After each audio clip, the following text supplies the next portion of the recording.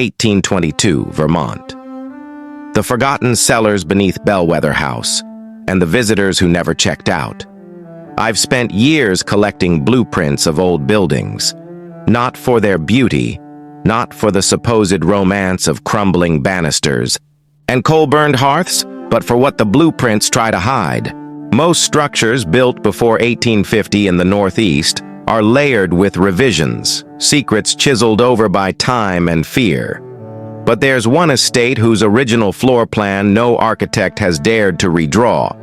Bellweather House, just east of Barr, Vermont, near the border where the old maps blur. Its official layout ends at the ground floor. But the locals, those few who speak of it, insist it reaches much deeper.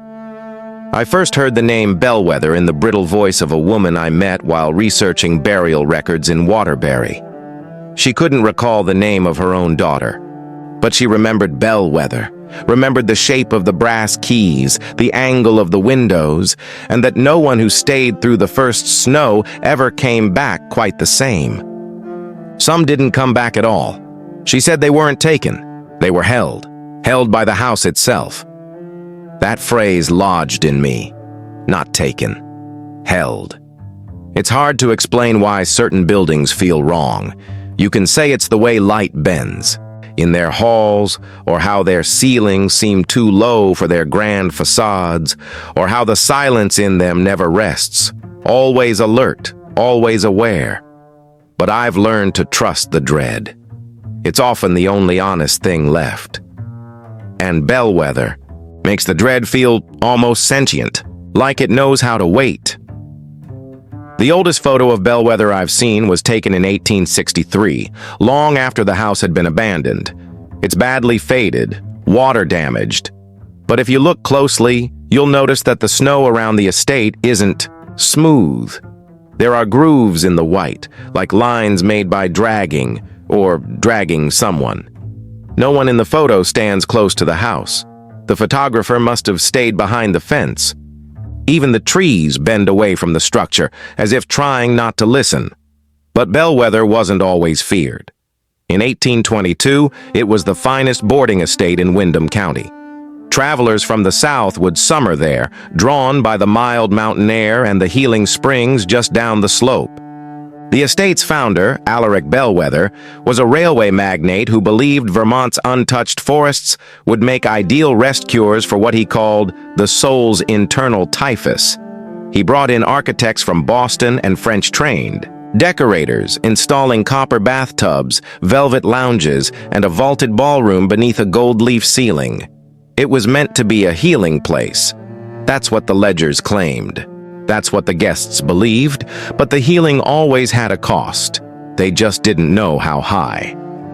A copy of the estate's guest book still survives in the Bellweather Historical Society, housed in a folder marked "Do Not Display."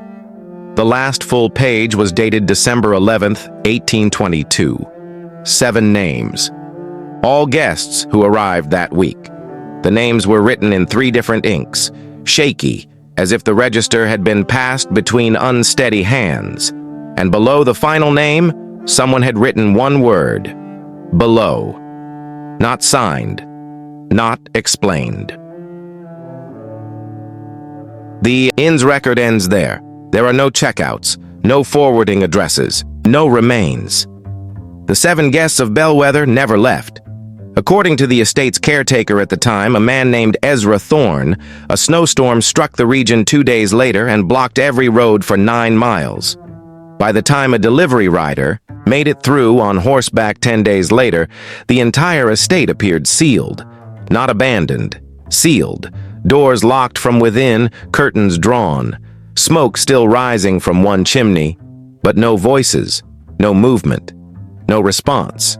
He reported what he saw to the local physician. A constable was summoned. When they returned 3 days later, the smoke was gone. The doors unlocked, and no one was inside. Not one guest, not one servant, not even Alaric Bellweather. But the cellar door was open, and the stone steps went down farther than the blueprints had ever shown. They descended past the first basement, the wine cellar and stores, and into a second level. and then a third, deeper than any foundation built in 1822 could have supported. Hand-chiseled limestone gave way to black shale. Bricks turned to wet stone. They found marks along the walls, long, shallow scrapes, not made by tools, not quite human. There was no one in those lower levels, only silence and cold, and the sense that they had arrived somewhere the house did not want them to be. The investigators never returned. Bellweather was closed indefinitely. Locals boarded the doors, threw salt at the threshold. The estate passed hands quietly, 3 or 4 times over the decades. A few tried to convert it into a hotel. One family thought it might become a sanatorium. But everyone left before the winter. Everyone except the guests who checked in that week in 1822. The ones who, according to the guest book, were never seen again. And if the stories are to be believed, if the records and whispered warnings still mean anything at all, then they are still there. Below. Some say you can hear them moving. Others say they haven't moved in decades. But everyone agrees. There is something beneath Bellweather House that waits, and it does not forget its guests, not after it's held them. It is difficult to describe Ezra Thorne without sounding like you're inventing him. His name lingers in town ledgers, in weather-beaten birth records, and in the half-forgotten margins of letters now brittle with age. But his image appears nowhere. No portrait, no photograph, only descriptions, each more unnerving than the last. Thorne arrived in Vermont in 1819. He claimed to be a stonemason from Connecticut, though no records place him in any township under that name. He appeared, quite literally, as a man with a satchel, a wide-brimmed hat, and a collection of iron keys he refused to explain. When Bellweather House was undergoing its final renovations before opening to the public, it was Thorne who oversaw the foundation's reinforcement. And it was Thorne who had personally requested, in a letter now preserved in the Wyndham archives, the inclusion of root access stairs, a term that appears in no known architectural reference before or since. These root access stairs were never built according to the blueprints filed with the state. But the locals who worked construction at Bellweather claimed Thorne often vanished beneath the house for hours, carrying nothing but a lantern and what one laborer described as a black-bound book with twine stitched down the spine. When asked about the book, Thorne reportedly said it held maps to older places. When asked what he meant by that, he smiled and did not answer. Some workers refused to return. A small crew of 3 young men left midway through construction, one of them refusing to speak ever again. Another, William Barrow, wrote a letter to his brother in Brattleboro, stating, "There are doors in the stone. Thorne knows of them. He don't touch them. Just stands near them like he's listening for something that ain't learned how to speak yet." Bellweather opened in early spring of 1822. Guests arrived within the first week, mostly from New York and Pennsylvania. The estate's popularity grew quickly. Its mineral baths and pastoral seclusion marketed as a cure for the century's invisible ailments. What was less advertised were the unusual reports that began filtering through the region of dreams shared by multiple guests, of people claiming to wake up in strange parts of the house, rooms they couldn't locate again. One woman wrote in a letter to her sister that she had found herself in a cellar I don't remember entering, where I could see parts of the upstairs from below, but no stairs led there. That same letter mentions a recurring sound, scratching, in the stone. Slow, deliberate, human-sized but impossibly rhythmic. Then there was the issue of the cellar. Only Alaric Bellweather and Ezra Thorne had keys to the deep levels. Guests were restricted to the wine floor, and even that was said to grow unnervingly cold by night. A guest named Mr. Lionel Hadley from Philadelphia complained in a letter that the wine cellar was deeper than the house deserves to be, and that the stairs grew moister the farther down you went, until you felt something would pull you off the step if you weren't watching. He stayed 3 nights. On the 4th morning, his shoes were found beside the hearth. The bed had been made, But Mr. Hadley had vanished. His name is the first in the final ledger. According to the housekeeper's records, Thorne never asked where Mr. Hadley went. He simply carried the man's luggage to the back room and began muttering to himself in a language she did not know. Thorne's private journal was discovered in 1881 when a group of tax officials tried to re-enter the estate. The outer walls had partially collapsed from snow weight, exposing one of the lower entrances. Inside, the men found scorched furniture, clawed wallpaper, and a desk that appeared to have been turned upside down with great violence. Beneath it was a false floor, and under that floor, a lead box. The journal was inside. Much of it was unreadable, soaked, burned, or erased by age. But some entries remain. May 3rd, 1822. The ones from beneath are not dead, not old. They are root deep. They are memory deep. They belong to the house like marrow to bone. I've seen them come up wrong, wearing guests that never left. And I've watched the guests forget they weren't always from here. June 12th. There are more doors now, some made of brick, some just shaped in the dark. One in particular breathes when no one is watching. August 4th.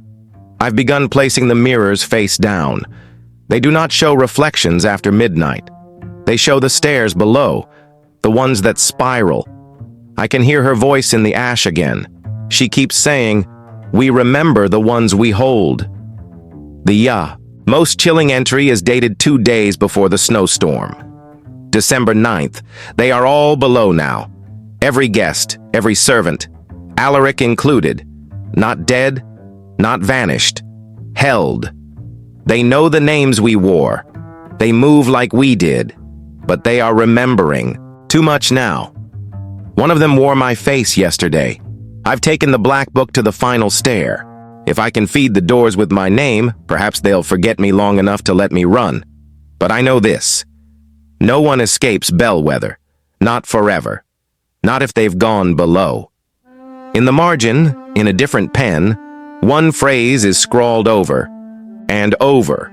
She waits below with arms wide. Some say Thorne never escaped. Others say he sealed the cellar from within. But no record shows his name after that week. The last entry in the town ledger lists him simply as Thorne. Presumed. Missing. Presumed known. Her name was Eliza Pennington, and the only reason anyone remembers her at all is because of what she clawed into the stone.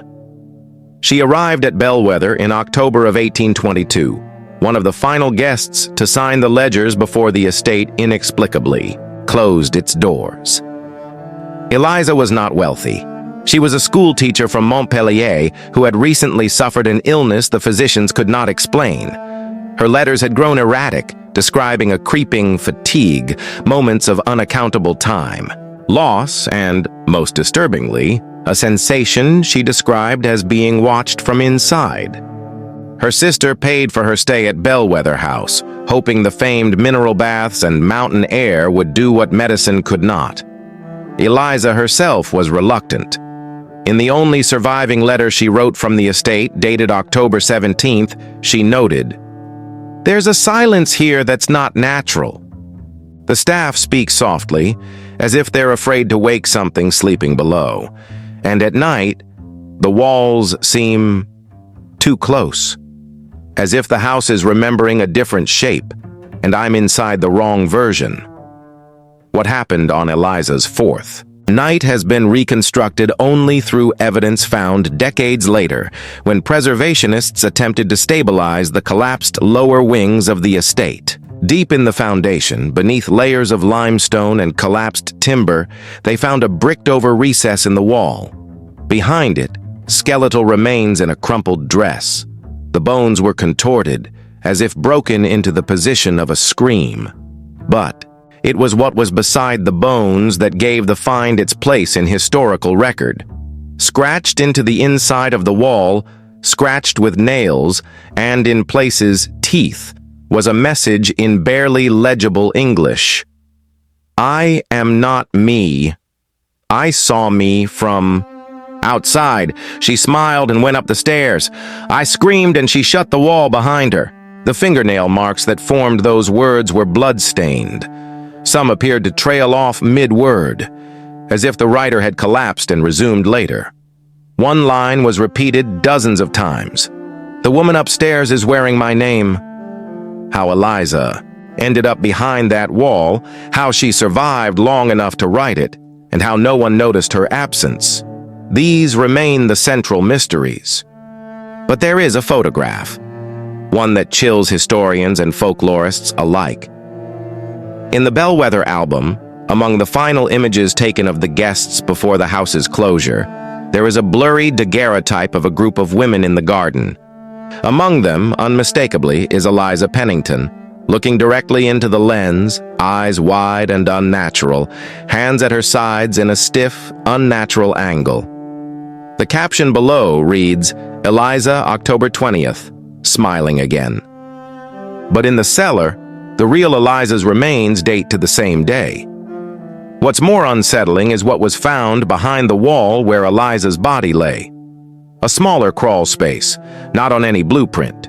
At its far end, scratched into the stone, was a series of symbols no scholar has been able to translate. But one resembles a doorway, another a spiral, and one, carved deeper than the rest, appears to be a face, hollow-eyed, mouth open, with something reaching out from within it. Eliza was not the only one to vanish that week. Records show 4 other guests were unaccounted for when the house was shut down. No inquiries were made, no one was charged. It was simply marked as guest dispersal due to flooding risk. Though no local weather reports mention rain or snow during that period, Ezra Thorne's black-bound journal refers to that time cryptically. The house remembered too many of them. It could not forget where they had walked. It began keeping echoes, faces, smells. Sometimes I passed one twice in the hall, and the second time they didn't blink. I do not think the house is haunted. I think it is hungry. Local legend says that on certain fog-heavy nights, hikers passing near the ruins of Bellweather House report strange sounds. The clink of glass on stone, the rustle of skirts, a woman's voice murmuring just out of reach. And sometimes they claim she speaks in 2 voices, one calm, one still screaming. By the early winter of 1823, Bellweather House was all but abandoned. The road to it, once groomed and lantern-lit, had been overtaken by wind-felled trees and shoulder-high snowdrifts. No horses dared approach its gates, and no deliveries were made beyond the frozen bridge that cracked under each passing storm. Yet, from the town of Grafton, 4 miles down the ridge, smoke could still be seen rising from its chimney. That was the first clue. The second was the screaming. It came without rhythm or source. Low at first, like a weeping wind curling through the pines, and then sharp, childlike, piercing. Travelers along the Grafton Road began crossing themselves as they passed the old trail. A man named Bishop Holloway, once a stable hand at the estate, went up to retrieve what he claimed was his father's silver compass from his bunk. He came back barefoot, eyes bleeding. He could only repeat the same words over and over. She smiled. She was me.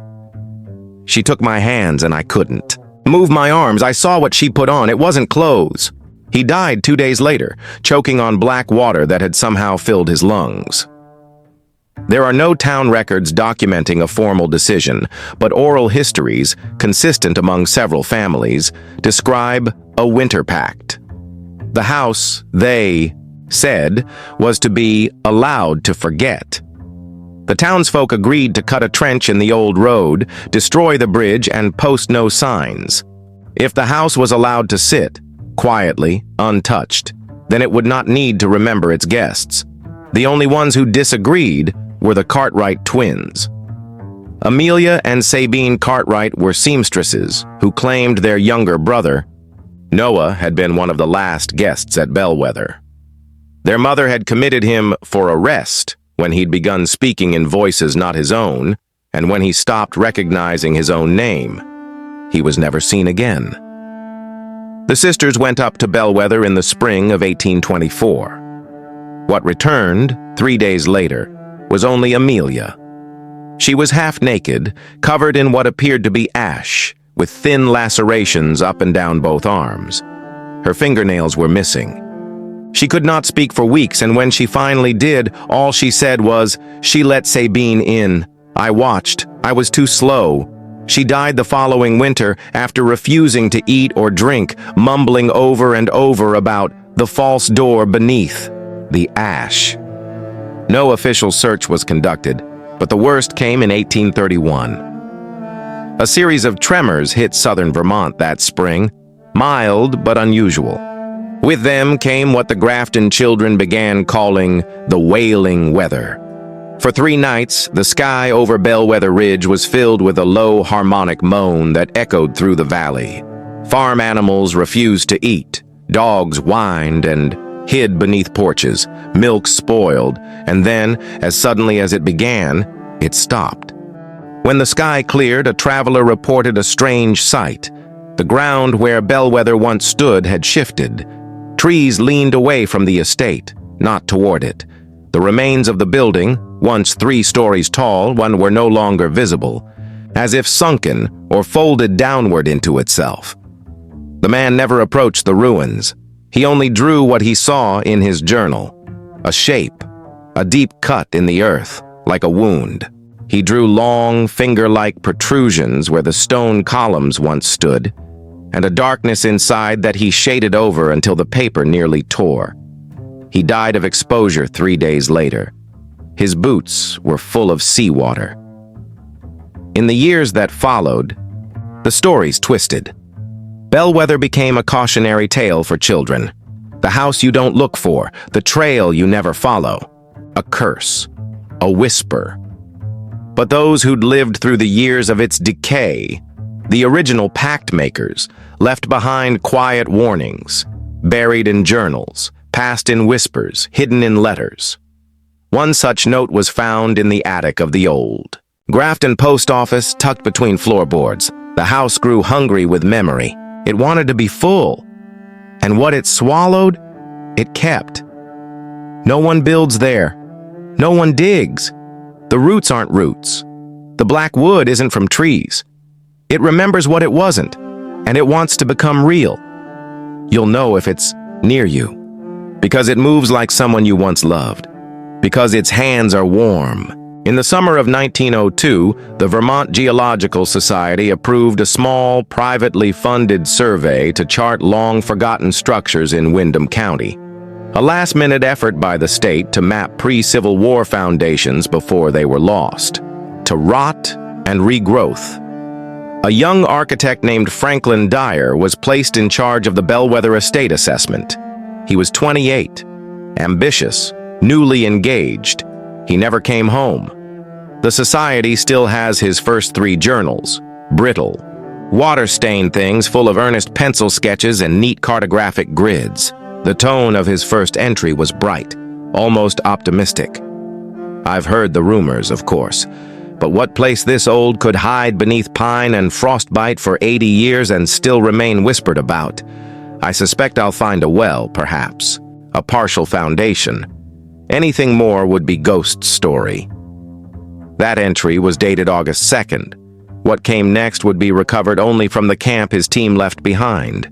Canvas tents torn from their moorings, journals scattered and warped by a sudden downpour, and a series of photographs that shouldn't exist.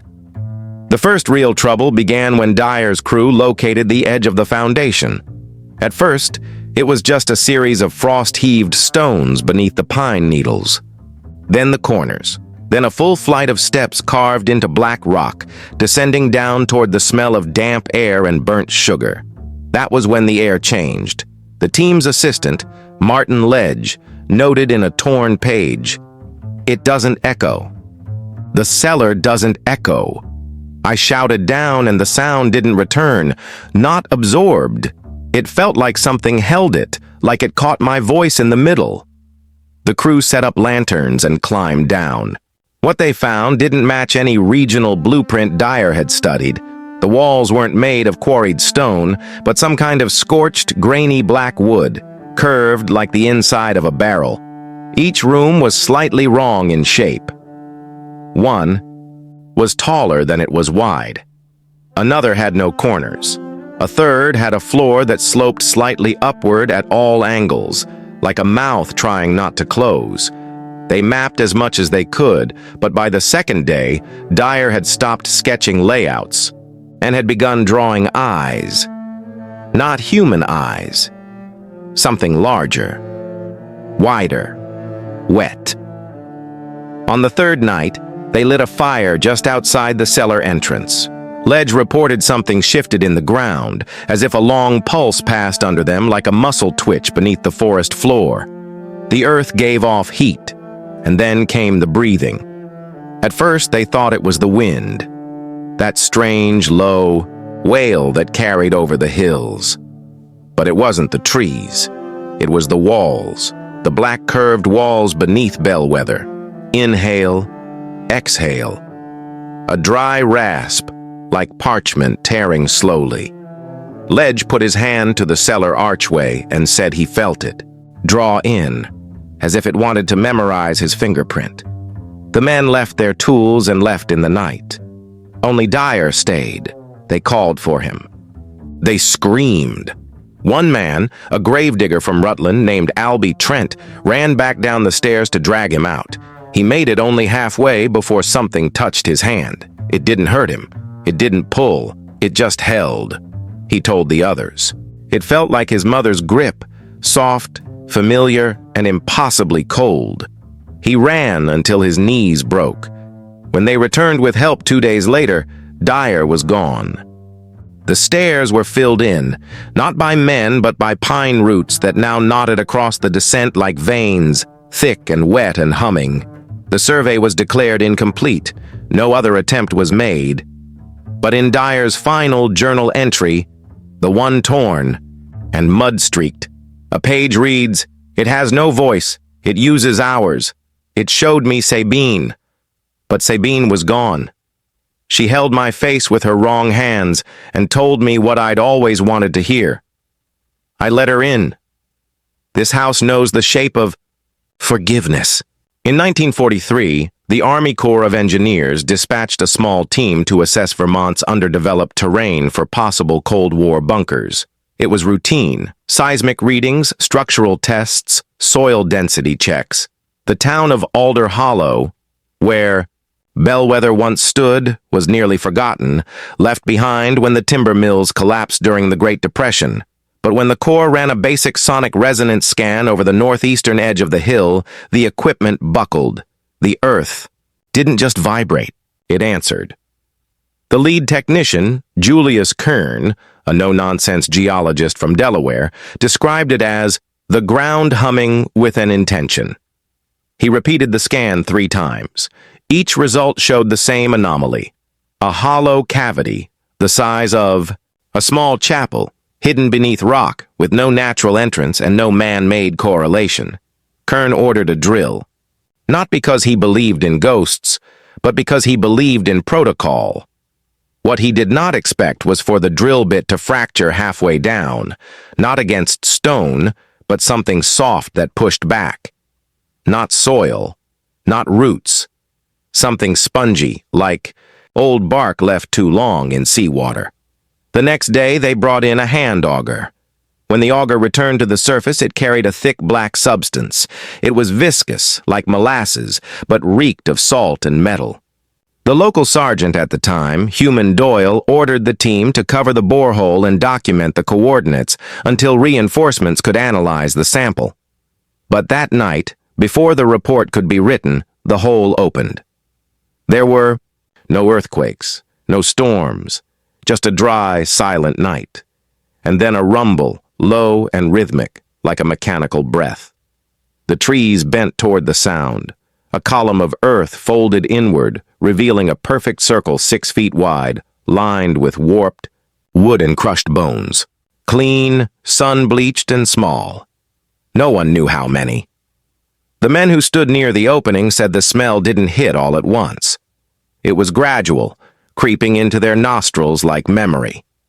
They described the scent as something vaguely familiar, like clothing from childhood, like a nursery blanket that hadn't been touched in decades, like breath behind your ear in a locked room. 4 of the 7 men vomited. One began singing in German. Kern, who had seen war and flood and famine, simply stepped forward and whispered, "There's no echo," just like Franklin Dyer had written over 40 years earlier. No sound escaped that hole. It caught every word, every whisper. Even the exhalations seemed to vanish, like the cellar was drinking them. The last known recording from the Bellweather team was captured by a shortwave operator monitoring the geological cruise broadcast. The operator's log recorded static, followed by someone murmuring a phrase 3 times. "She's in the wall. She's in the wall. She's already behind your hand." Then the frequency dropped. When a cleanup crew arrived days later, the entire camp had been flattened. The logs were crushed inward, as though something large had exhaled from beneath and pressed the forest floor down like wet clay. There were no bodies, just one set of boots, turned neatly beside a rusted lunch tin, and a notebook open to a half-written sentence. The cellar doesn't forget. It reshapes us as it needs. It listens, and now it wants to speak. Today, the Bellweather site is fenced off by rusted barbed wire. No official signs, no federal designation. But in the winter, when the frost cracks and the air goes still, hikers say the snow won't stay on that hill. It melts always in a perfect ring. And sometimes, if you're standing at the edge of that circle just before dawn, you might hear it. Not voices, not music, just breathing. But it's behind you, always behind you. There were no final guests at Bellweather House, only the first ones who never left. The others, the travelers, the lodgers, the wartime evacuees, were simply parts to be absorbed. Pieces for a puzzle that was never meant to be solved, only fed. What stood beneath the inn in 1822 was not a cellar. It was a mouth, lined with stone and memory, and over time it began to digest. Not the bodies, those it arranged with the precision of a child stacking doll parts, but the souls, the personalities, the movements. And the more it consumed, the more it mimicked. In 1961, a University of Vermont folklore graduate named Denise Albard visited the ruins of Bellweather House on a thesis grant. She'd heard of the old horror stories and wanted to record the ghost tales before they vanished from oral tradition. She expected dusty archives, elderly locals, and maybe some exaggerated frontier legends. What she found were gaps. Gaps in the tax ledgers from 1823, 1841. Gaps in the land deeds. Gaps in the census where entire families were listed for 1 year and never again, despite no record of death, departure, or sale. When Denise interviewed the older townsfolk in Alder Hollow, she noticed they didn't contradict each other. They simply forgot in the same places. "I don't recall the house," one man told her, "but I remember the cellar door. Always closed, always wrong." She asked him what he meant by wrong. He said, "Too quiet." Like a throat that doesn't want to swallow but has to. Denise camped alone near the foundation of the old Bellweather House. She brought her reel-to-reel tape recorder, 2 cameras, and her thesis notes. The first 2 nights were uneventful. Cold, quiet, uneventful. On the 3rd, she left the recorder running while she slept. What it captured between 2:13 and 2:47 a.m. is today considered one of the most disturbing, unexplained audio artifacts in the university's archive. The tape begins with wind, then distant crunching, as if something is dragging itself through dry leaves, and then the unmistakable sound of a woman's voice whispering in a trembling, imitative tone. "I have, rooms, I remember you. Come check in, come check in, come check in." The voice repeated the phrase for exactly 6 minutes and 31 seconds, each time shifting its inflection, trying different emotions. Curious, cheerful, hungry, imitative, like it was practicing, like it didn't quite understand what the words meant. At 2:43 a.m., Denise's voice, fast and panicked, can be heard yelling, "No! No! You're not her!" Then silence. Her tent was found shredded from the inside. No sign of Denise. But the recorder was still running, and between 3:02 and 3:07 a.m., faint breathing can be heard, not Denise's, slower, heavier, rhythmic, like something too large pretending to be human. She was never seen again. But 3 months later, Vermont hiker was arrested for public indecency and babbling in Montpelier. He claimed to be a graduate student. He said he'd lost time. When questioned, he gave Denise Albard's student number. He looked nothing like her. He was 6'1", male, mid-40s, and from Georgia. But in his backpack, authorities found Denise's thesis, her student ID, and 3 audio reels from Bellweather, each labeled in handwriting that matched hers perfectly. No one could explain how he got them. He simply wept, repeating one sentence over and over. "She made me remember her. She made me remember her." To this day, the cellar beneath Bellweather remains unmapped. Even the most advanced ground-penetrating radar struggles to make sense of its internal geometry. One MIT researcher described it as a Mobius strip of liminal spaces, endless loops of near-identical rooms, subtly changing as if they were adapting to the person inside. Visitors report hearing footsteps that match their own. Shadows that don't mimic, but hesitate, like they're waiting to become you. And always, the breathing, not monstrous, not loud, but behind you, where your spine meets your neck, where your certainty ends. Some say the Bellweather cellar learned something from every guest. It learned how we sound, how we love, how we flee, how we convince ourselves that walls don't shift in the night, that hallways don't grab you gently by the elbow and guide you down just one more step at a time. It learned us, and it is patient, because cellars don't need to chase. They only need to wait. And when the right one comes, the guest who checks in with grief in their heart, confusion in their veins, the cellar won't take them all at once. No, it will creep. It will grab. It will become a home, and when they finally call out for help, screaming for the innkeeper, the bellboy, the girl they think they remember from childhood, they'll hear a voice from the dark, gently humming from behind the old stone walls. "I remember you, and now you remember me."